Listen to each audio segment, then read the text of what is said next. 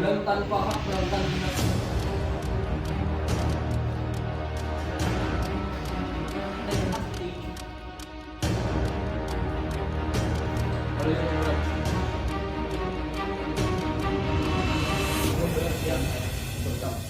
berbuat kesalahan.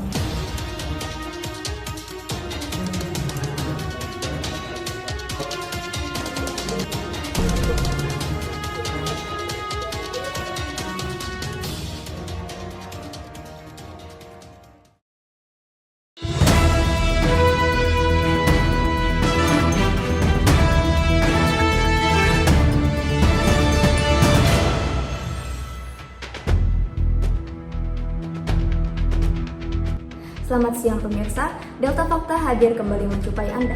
Program berita yang menyajikan informasi mendalam dan terpercaya. Bersama saya Khairanisa Sabrina dan rekan saya Syafa Zafira.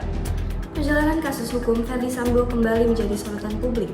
Mantan Kepala Divisi Profesi dan Pengamanan Polri ini menghadapi proses hukum yang panjang setelah tersandung kasus dugaan pembunuhan berencana terhadap ajudannya, Brigadir Nofriansyah Yosua Huta Barat. Bagaimana perkembangan terbaru dari kasus ini? Simak selengkapnya hanya di Delta Fakta. Kasus ini bermula pada Jumat 8 Juli 2022 ketika Brigadir Nofriansyah Yosua Huta Barat atau Brigadir J dilaporkan meninggal dunia di rumah dinas Ferdy Sambo di kawasan Duren 3, Jakarta Selatan. Saat itu, Polri mengumumkan bahwa kematian Brigadir J disebabkan baku tembak dengan Baradae yang disebut sebagai bentuk pembelaan diri. Pada Agustus 2022, Polri akhirnya mengumumkan bahwa tidak ada baku tembak. Sebaliknya, Brigadir J diduga tewas akibat pembunuhan berencana yang melibatkan Ferdy Sambo sebagai aktor utama. Ferdy Sambo ditahan bersama beberapa tersangka lainnya, termasuk Baradae, Bribka RR, dan Kuat Ma'ruf.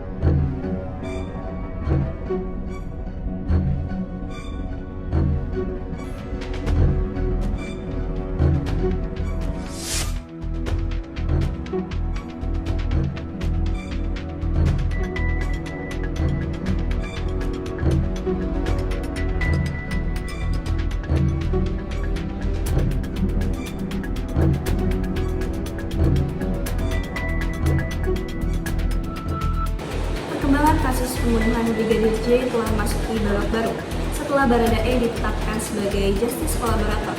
Keputusan ini disampaikan oleh Perlindungan Saksi dan Korban LPSK pada konferensi pers yang berlangsung di Jakarta. Baradae yang sebelumnya ditetapkan sebagai salah satu tersangka bersedia bekerja sama dengan penegak hukum untuk mengungkap fakta-fakta penting dalam kasus yang menyeret sejumlah nama besar. Dengan status justice collaborator, Baradae diharapkan memberi keterangan yang jujur dan transparan untuk membantu proses persidangan. Dalam persidangan pada Selasa 13 Desember 2022, Baradae memberikan kesaksian di pengadilan. Dalam kesaksiannya, Baradae membeberkan secara rinci skenario pembunuhan berencana terhadap Brigadir Yosua yang dirancang oleh Ferdy Sambo dan Putri Chandrawati. Simak pernyataan selengkapnya berikut ini.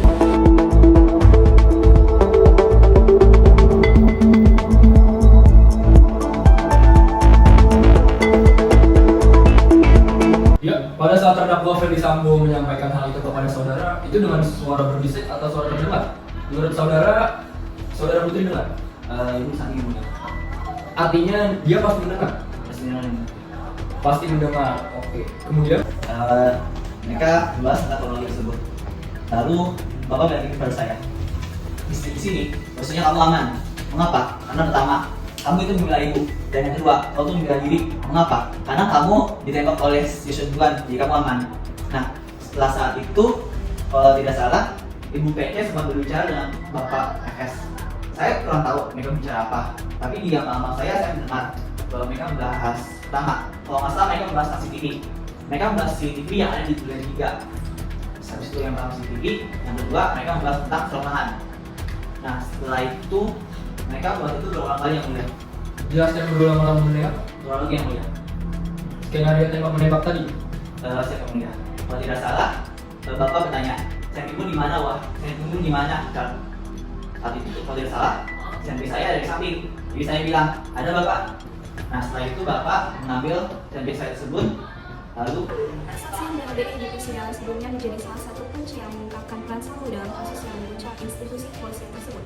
Sidang Sambo pada 10 Januari 2023 diharapkan dapat memberikan kejelasan mengenai kronologi dan motif di balik tragedi ini. Berikut laporan lengkap dari jalannya persidangan. Lalu, apa yang saudara lakukan setelah istri saudara menyampaikan kejadian di Magelang? Setelah mendengar cerita dari istri saya merasa sangat terpukul dan marah.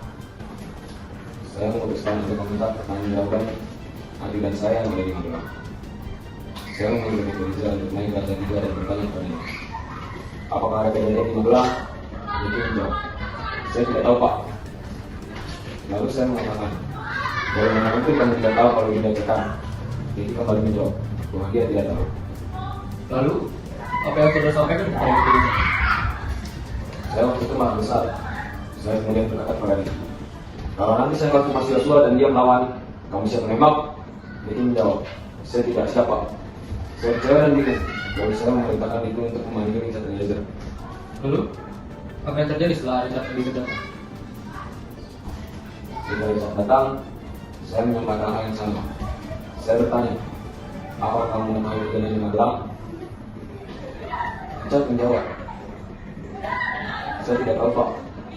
Kemudian saya mengatakan kepadanya, kamu harus mendampingi saya saat kamu masuk ke Yosua.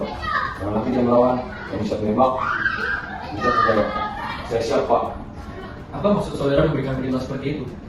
Saya masih pada saat itu, dan kemudian saya merasa kecewa dan marah karena adik yang saya percaya tidak mampu menjaga istri saya. Tapi saya tidak menyangka bahwa semuanya akan begini seperti ini. Kapan saudara mulai membuat cerita skenario di bulan 3?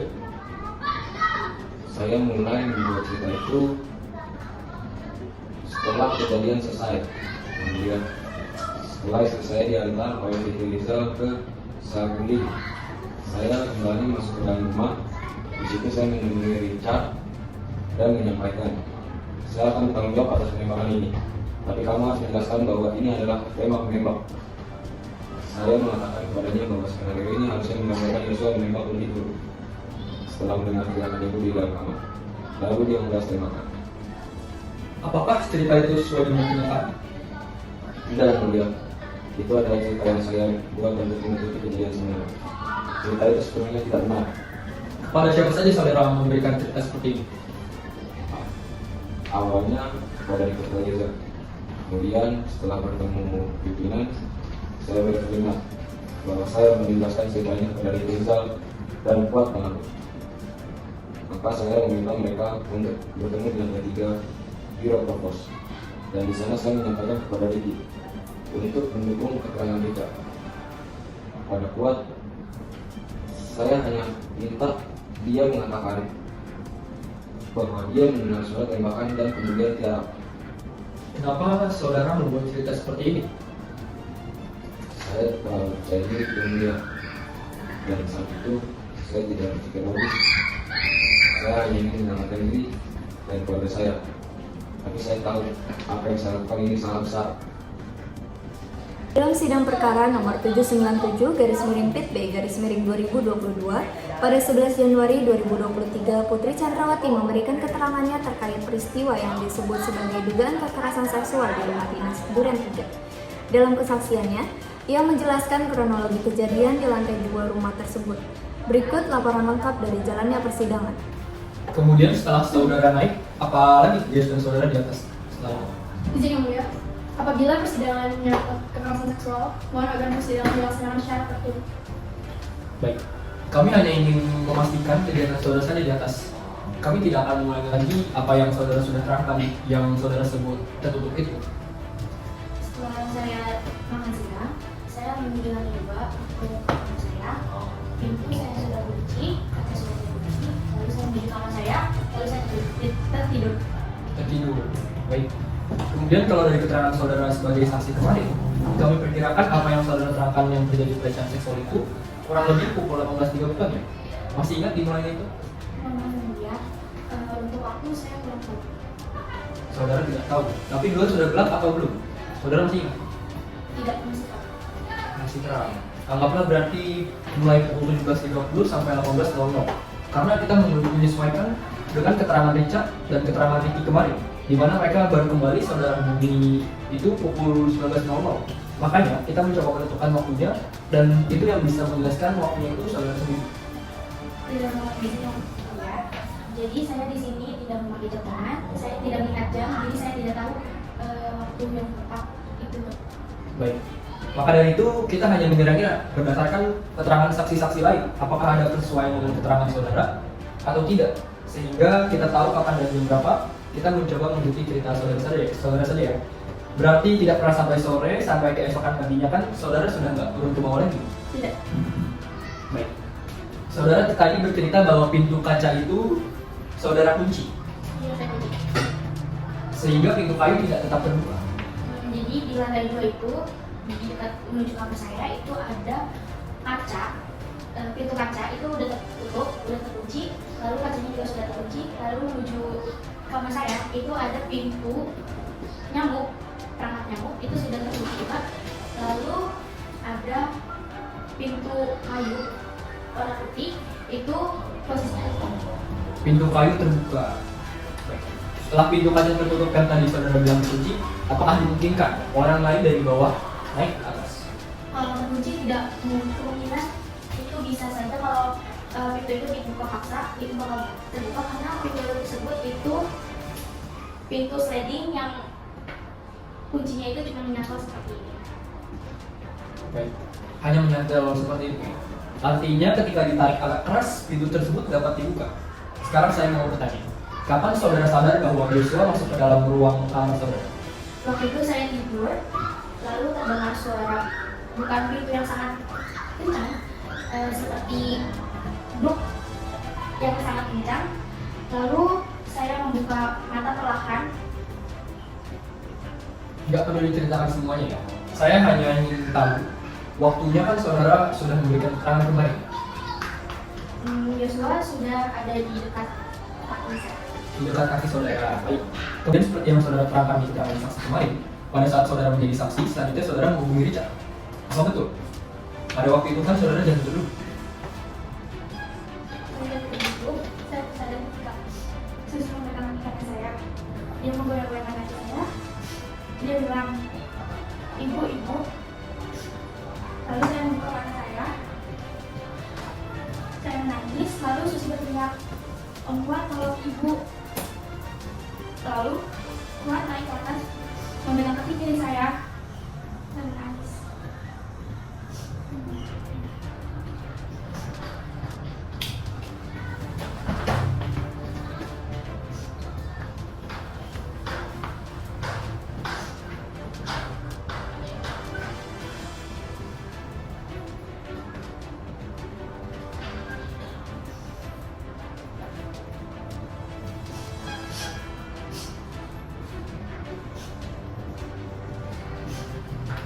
Lalu saya dipapah sama Kuat dan Susi ke dalam kamar.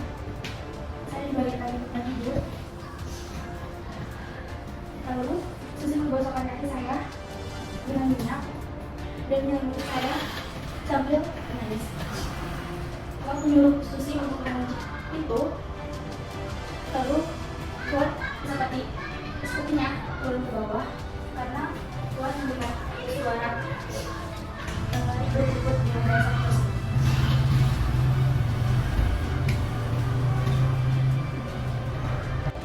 Pada tanggal tanggal 12 Februari 2023, Majelis Hakim menggelar sidang penting untuk membahas hasil akhir kasus ini. Majelis Hakim yang dipimpin oleh Wahyu Imam Santoso bersama Morgan Simanjuntak dan Alimin Ribut Sujono sebagai hakim anggota, memutuskan bahwa Ferdy Sambo secara sah dan meyakinkan bersalah melakukan tindak pidana pembunuhan berencana. Simak hasil sidang selengkapnya berikut ini. Menimbang bahwa dengan terpenuhinya unsur di atas, Majelis Hakim tidak sependapat dengan penasihat hukum terdakwa yang mengungkapkan jika perintah terdakwa yang disertai ancaman tersebut dimaknai oleh penuntut umum sebagai suatu bentuk pemenuhan unsur turut serta melakukan sebagaimana yang dimaksud dalam pasal 55 ayat 1 ke 1 KUHP. Maka surat tuntutan penuntut umum tersebut memiliki kekosongan hukum sehingga unsur ini tidak terbukti menurut hukum. Menimbang bahwa terhadap hal-hal yang dia kemukakan pendapat penasihat hukum tersebut, menurut Majelis Hakim telah diberikan pertimbangan yang cukup oleh Majelis Hakim pada waktu membuktikan unsur ini, di mana pada bagian kesimpulan fakta hukum tersebut telah dijelaskan peranan dari masing-masing pelaku, dan oleh karena mana nota pembelaan yang berkaitan dengan hal ini patut dikesampingkan. Menimbang bahwa dengan telah terpenuhinya seluruh unsur dalam dakwaan kedua program utama primer, maka terhadap dakwaan selebihnya tidak perlu dipertimbangkan lagi. Menimbang bahwa dengan terpenuhinya seluruh unsur di atas, maka Majelis Hakim berkesimpulan bahwa terdakwa telah terbukti secara sah dan meyakinkan melakukan tindakan pidana melanggar ketentuan pasal 340 KUHP junto pasal 55 ayat 1 KUHP dan melanggar pasal 49 junto pasal 33 Undang-Undang Nomor 19 Tahun 2016 tentang perubahan atas Undang-Undang Nomor 11 Tahun 2008 tentang informasi dan transaksi elektronik junto pasal 55 yang 1 ke 1 KUHP. Menimbang bahwa selama di persidangan berlangsung tidak terdapat alasan pemaaf maupun alasan pembenar pada diri terdakwa yang dapat menghapus pertanggungjawaban pidana atas perbuatan yang dilakukannya, maka berdasarkan pasal 193 ayat 1 KUHP, terdakwa haruslah dijatuhi pidana. Menimbang bahwa sebelum Majelis Hakim menjatuhkan pidana terhadap terdakwa, perlu dipertimbangkan hal-hal yang memberatkan maupun yang meringankan. Hal yang memberatkan: 1. Perbuatan terdakwa dilakukan terhadap ajudan sendiri yang telah mengakibatkan duka yang mendalam bagi keluarga Nofriansah Yosua Huta Barat. Ketiga, akibat perbuatan terdakwa menimbulkan keresahan dan kegaduhan yang meluas di masyarakat. Keempat, perbuatan terdakwa tidak sepantasnya dilakukan dalam kedudukannya sebagai aparat penegak hukum dan penjabat utama. Kelima, perbuatan terdakwa telah mencoreng institusi Polri di mata masyarakat Indonesia dan dunia internasional. Keenam, perbuatan terdakwa telah menyebabkan banyaknya anggota Polri lainnya yang turut terlibat. Ketujuh, terdakwa berbelit-belit memberikan keterangan di persidangan dan tidak mengakui perbuatannya. Selanjutnya, hal yang meringankan. Tidak ditemukan adanya hal yang meringankan dalam hal ini. Menimbang bahwa karena dalam perkara ini terdakwa telah menjalani masa penanganannya, maka lamanya masa penahan haruslah dikurangkan seluruhnya dari pidana yang dijatuhkan.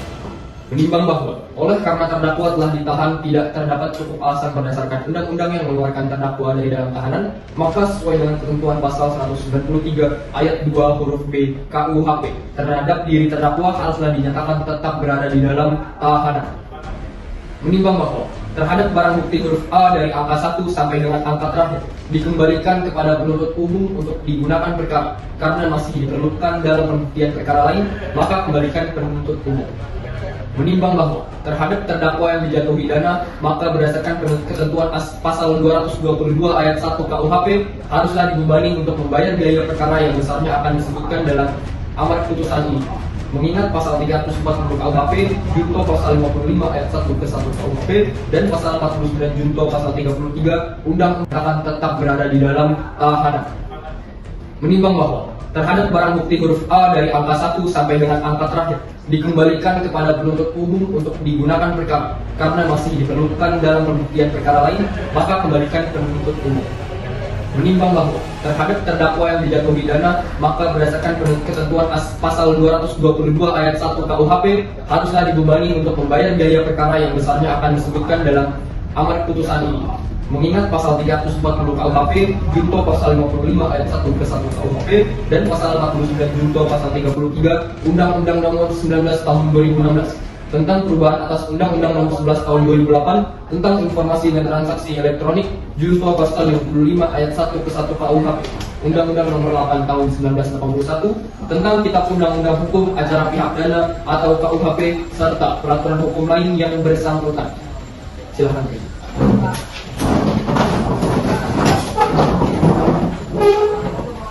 mengadili menyatakan terdakwa Ferdi Sambo telah terbukti secara sah dan meyakinkan bersalah melakukan tindak pidana turut serta melakukan pembunuhan berencana dan tanpa hak melakukan tindakan yang berakibat sistem elektronik tidak bekerja sebagaimana mestinya yang dilakukan secara bersama-sama, menjatuhkan pidana kepada terdakwa tersebut. Oleh karena itu, dengan pidana mati, memerintahkan terdakwa tetap berada dalam tahanan, menetapkan barang bukti tetap terlampir dalam berkas dikembalikan kepada penuntut umum untuk digunakan dalam perkara lain, menetapkan terdakwa tetap berada dalam tahanan. Demikian terdakwa dilimpahkan kepada Anda. Silakan.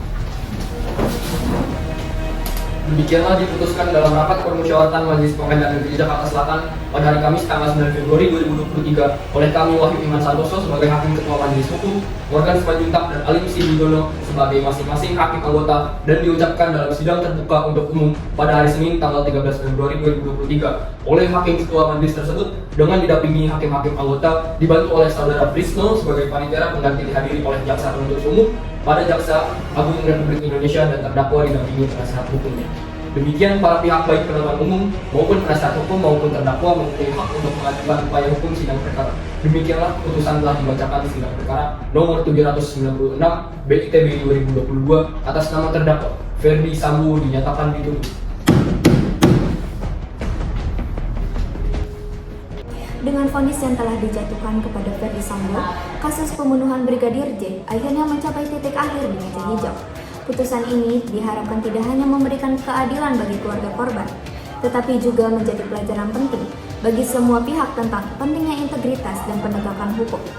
Publik kini menantikan langkah selanjutnya dalam memastikan reformasi institusi kepolisian agar kasus serupa tidak terulang di masa depan. Terus ikuti perkembangan berita terkini hanya di Delta Fakta, sumber informasi terpercaya Anda.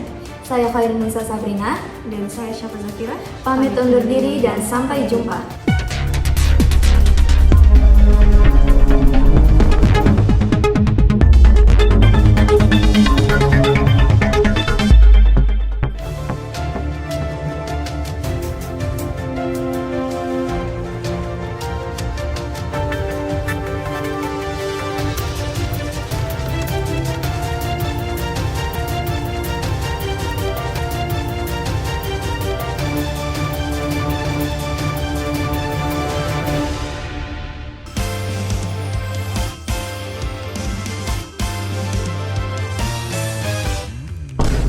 Disuruh nama martabat. Sehingga unsur ini tidak terbukti menurut hukum, menimbang bahwa terhadap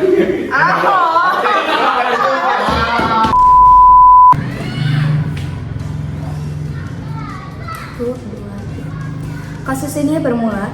Apa ini? pada hari Kamis tanggal 9 Februari 2023 oleh kami Wahyu Iman Santoso atau Brigadir J dilaporkan meninggal dunia di rumah Ferdi Sambo. Hukum Morgan Simanjuntak dan Alim Sibidono. Oh my God.